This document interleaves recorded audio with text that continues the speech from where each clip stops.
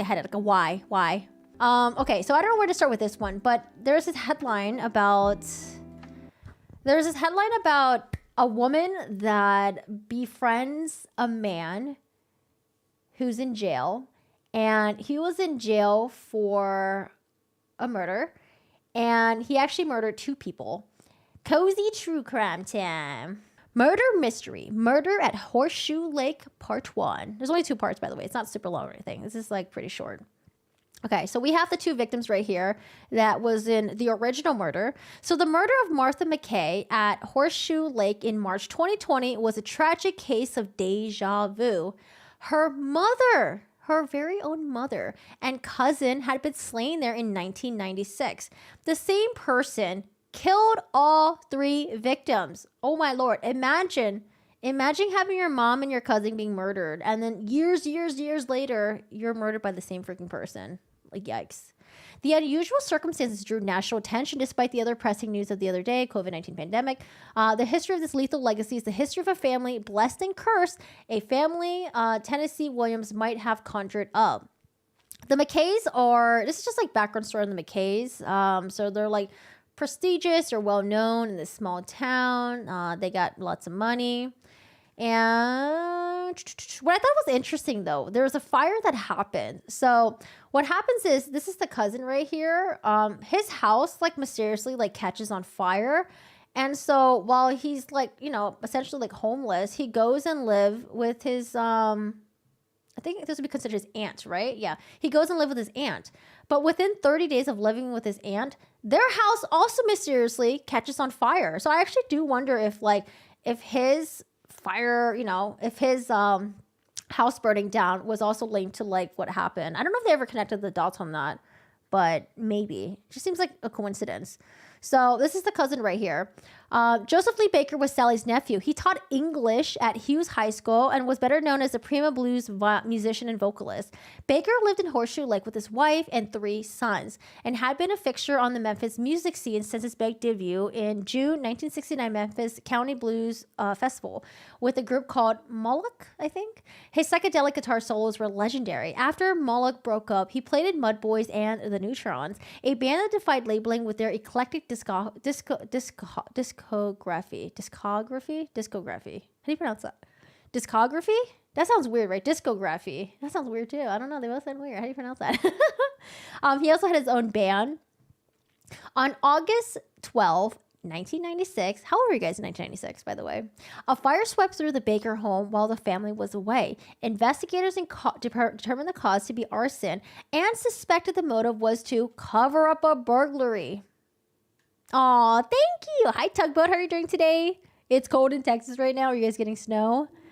Aw, thank you so much. Oh my God. Thank you for the $9.99. I appreciate it. Thank you. You're welcome.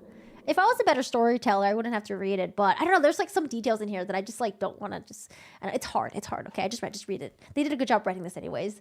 The Crittenden County Sheriff said a rash of burglaries have been reported in the upscale community. So this must be linked. Oh my God, this person's so messed up.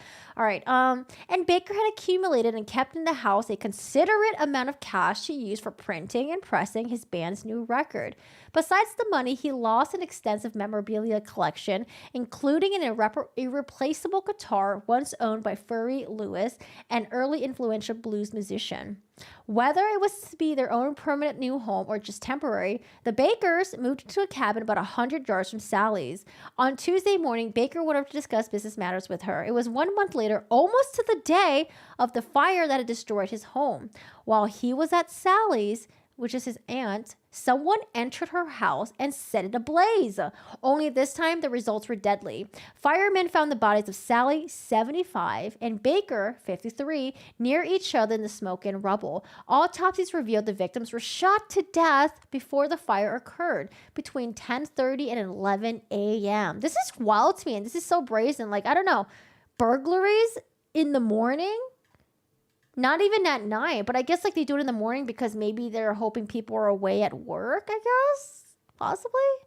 After inspection of the crime scene, officials thought burglary was the motive again. A neighbor found McKay's red Toyota Camry wrecked and turned over a mile or so west of the house.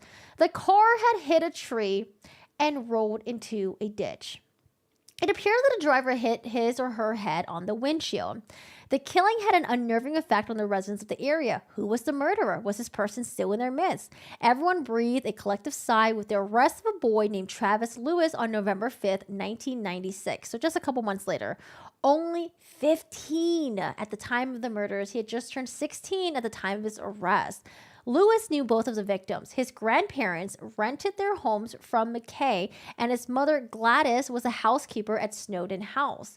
Lewis attended Hughes High School, where he was in an English class taught by Baker. So this guy is so connected to the victims, okay? So his grandparents rented from the family. His mom was a housekeeper for one of the houses, and the man that he killed was like his English teacher. Isn't that crazy? He attended high school where he was in the English class taught by Baker. Yeah, that's his English teacher. My God.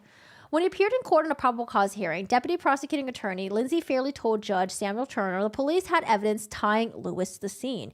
He was subsequently interviewed, has made a statement, and confirms his presence at the scene. Turner ordered Lewis to be held without bond. Fairley mentioned possible additional defendants and the possibility of additional charges, but didn't want to elaborate at the time. The Shelby County, Tennessee Sheriff's Office sent a dive team to assist Arkansas officials in searching for a gun in the lake near, did they find that weapon? Near a boat dock behind McKay's home. Lewis had a juvenile record, including conviction for assault. Though he was originally charged with capital murder, the family did not seek vengeance, but rather showed mercy toward the youth.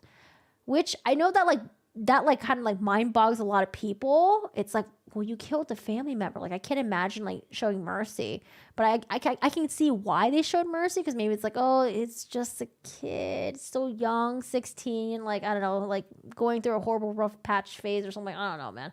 But they asked that the death penalty be taken off the table. Or they could just not believe in the death penalty, right? That could be a thing too. Lewis's lawyer convinced him to plead guilty on 2 counts of first-degree murder. The circuit court judge was David Burnett, the same judge who blocked appeals by Damon Eccles and the West Memphis 3. Burnett sentenced Lewis to 28 and a half years for the slayings and 5 years for burglary and theft. The additional time was to run concurrently.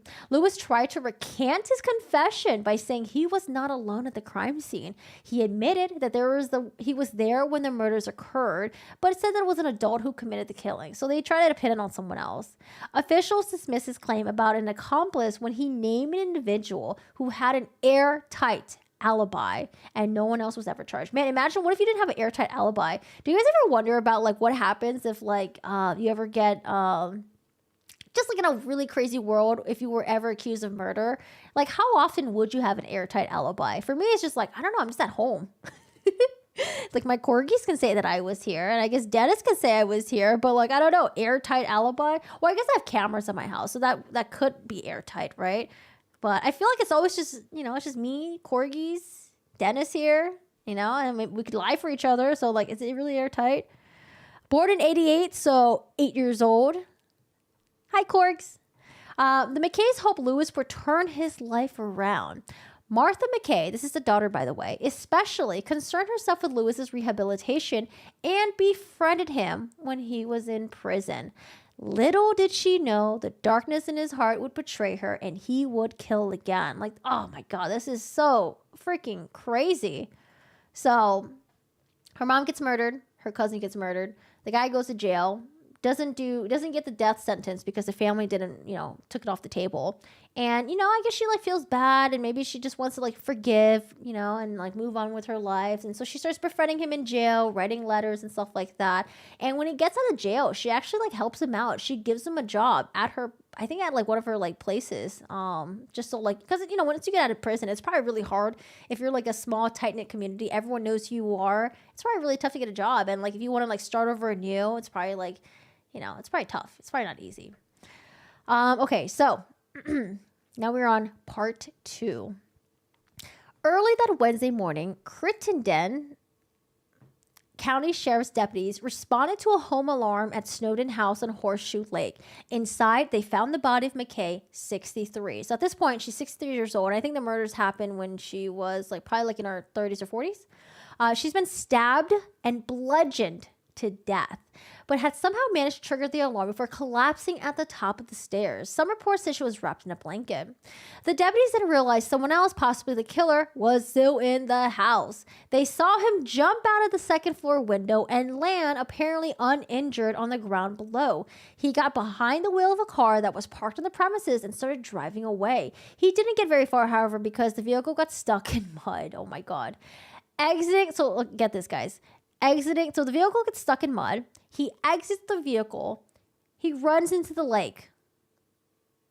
And he goes inside the lake. But I don't know what his game plan was. Like, okay, so you're trying to get away from the cops. Your car gets stuck in the mud.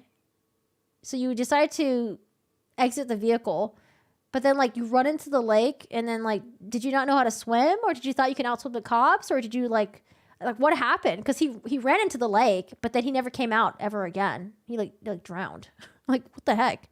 Maybe it was amphibious. No, at first I was like, well, maybe he actually did escape and they just assumed that he died, but like they were able to actually recover his body. Martha's murder was the third to take place on the McKay property. A teenager, Travis Santos Lewis, slew her aunt and uncle, Sally McKay and Lee Baker, in 1996. At the time of one of Sally's sister, Edith Snowden Dewey, became manager of the family's Horseshoe Lake enterprise. Martha, who's been living in California, joined Edie to help her during transition. Martha had grown up in San Francisco, but spent the summers on Horseshoe Lake. In her 30s, she studied at the University of Washington, where she got a degree in a comparative history of ideas. The director there encouraged her to complete a project she had been working on in her spare time, a chronicle of each generation of women in her family. This became the subject of her thesis. Her love of history came to the forefront later when she satisfied that Edie didn't need her assistance in Arkansas anymore. Martha moved west again and bought a house in Virginia City, Nevada, and restored it to its former glory, an endeavor she thoroughly enjoyed accomplishing. She also refurbished some houses in Seattle. After Edie died in 2006, Martha decided to buy the Snowden house from the family corporation and renovate it, as she had done with Nevada property. Some of the improvements were simple, such as interior painting. The entrance hall welcomed visitors with beautiful, soothing blue walls and black and white marble floor led to the grand staircase. The bathroom vanity countertops were made of Calcutta gold marble. Oh, Calcutta gold. It's pretty. From quarries in the mountains of Carrara, Italy. Hot water lines heated the floors beneath the tiles. A believer in green energy, Martha replaced a gas-heated basement furnace with... Okay, so this is just her, like, renovating the property. Tourists marveled at the majesty and the splendor of the Snowden house, and Martha opened it for special events such as parties, wedding receptions, but to her, it was her home and tranquil haven. Memphis Magazine called her the Lady of the Lake. That actually sounds a little bit scary and ominous to me, though, because I don't know why. I think of that movie. Is it M. Night Shyamalan? The Lady in the Lake? I think that's what I'm thinking of.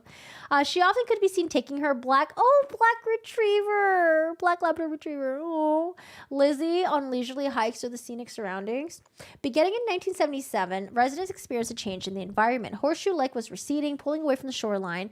The cause was a U.S. Army Corps of Engineers pumping station installed near Mariana to ease flooding problems with the Mississippi River overbroad, blah, blah, blah. So basically, she came back, she brought the family property, she renovated it, and I think she, like, made it into, like, some sort of, like, event place, or maybe, like, even a Airbnb, a bed and breakfast type of thing, I think. Over the years, the kind-hearted Martha had to remain in contact with Lewis, so this is the guy that murdered her mom and her cousin. When he killed her aunt and uncle, not her mom, aunt and uncle, he was doing drugs and was a thief. Martha, I thought it was mom. Didn't it say it was mom in the other article? Martha, who was a Buddhist, believed he deserved a second chance and tried helping him while he was incarcerated. She wrote to him regularly and even visited him behind bars. She also supported his early release. Though he had been sentenced to 28 years, he gained his freedom in 2018. The family was contacted every time he was up for parole. All of them opposed it, except for Martha. After he got out, she hired him to help take care of the Snowden properties, where his mother, Gladys, had been the housekeeper for many years. So I think it's possible that she had a really good relationship with Gladys, and, like, you know, she was just trying to, like, forgive and move on with her life. And, you know, that's probably why she trusted, like, the son so much, right? Because it was like, oh, you know, I have a good relationship with your mom, and, like, I feel like you've been a changed person. Things seemed to be fine at first, but in time, Lewis regressed to the point that Gladys had to cut ties with her own son. So even his mom at some point cut ties with her own son. And she even warned Martha to stay away from Travis because he's going back to his old ways. I don't know, man. Like, what would cause him to just go back to his old ways? So you like commit a heinous crime. You go to jail for like 20 plus years. But like, usually I when you come out of jail, I guess it's like really rough because you have to find a job. It's hard to like get back into society and all that stuff. But like, he was given a job, you know, and he's like working like alongside his mom, and like, I don't know, must be the greed, I guess. Despite her forgiving nature, Martha finally gave up on him. She sold a chandelier for $10,000 and kept the cash at home until she could deposit in the bank. But the money disappeared. The only person who saw her come home with the money and stash it was Lewis. So she reached the only logical conclusion and fired him on the spot. She banned him from ever returning to Snowden House. Then on that fateful morning, on March of 2020, lawmen followed an intruder down the lake where he went in and sank beneath the water. Using sonar equipment, the Arkansas Game and Fish Commission and Crittenden County Search and Rescue were able to locate and recover the body. It was Lewis. He was 39 years old when he was drowning rather than surrendering. When he chose drowning. Oh, so he chose to drown. I just thought that he was trying to escape, and then he was like, oh shit, like maybe he couldn't swim, or maybe it was like the water was a lot harder to swim in than he thought, or like it was just really cold and his body went to shock or something. An autopsy revealed he had cocaine, methamphetamine, and marijuana in his system. Near Martha's body, police found a bag containing valuables and a bloody kitchen knife. Investigators surmised Lewis had intended to steal the items, but no one can say if she caught him in the act and he then killed her, or if he went there to kill her and figured he might as well commit the theft. Like, oh my God, this is so silly. He may have put a blanket over her to feel... Oh, I thought he put a blanket over her because he felt bad or something. Oh my God, no. He may have put a blanket over her to fuel a fire he planned to ignite, as he had done with Sally McKay and Lee Baker, destroying any evidence he might have left behind. Dude, like, you already got caught once. You think 20 plus years later, technology is going to all of a sudden, like, go backwards or something and you weren't going to get caught again? Like, why would you commit the same exact crime twice? Like, this just doesn't make any sense. So silly. Whatever thoughts were in his drug-addled mind, Travis Sante Lewis killed his benefactor, a woman beloved by many and with nary an enemy, except for a soul she tried to save. I don't know. It's just so sad. It's like one of those, like, crazy, like, stories that you hear and you just, like, don't believe it. It's just like, wait, what? But... yeah, I don't know. I just thought it was like really sad. You know, the woman was trying to move on. She was trying to forgive. She was hoping that this person can change. And yeah, it sucks because the guy ended up murdering her. It's like really sad. All right, guys. How is everyone? Dude. Oh, if you guys are here, by the way, don't forget to like the video. Please like the video. Thank you so much. I already had 48 likes on here. Thank you. I appreciate it. And then also join the Discord if you haven't already. You know, you don't know what a Discord is. It's basically just like a mega chat room, you know, with all of us in it. And you get notifications and all that good stuff. The Discord link is in the About Me section below. I'm going to use the restroom really quick, actually, because I've been drinking lots of water. My throat has been like... So I'm going to drink some water, and I will be right back. Forgiveness? No, I think it's great. I don't think she did anything wrong. I know some people are going to criticize her and be like, yeah, you should have learned. You should have known better. But I think it's good to forgive. And I think it's just like, it's just sucks for her that she ends up forgiving someone who just decided to go back to their old ways, you know? So I think it's good to forgive because I feel like it's better for you to forgive at the end of the day, you know? Oh, yes, Bleep. Thank you. I appreciate it. Yeah, I don't know. And I don't know, just so silly. I don't know. Today's just a day of a lot of dum-dums, okay? A lot of dum-dum greedy people.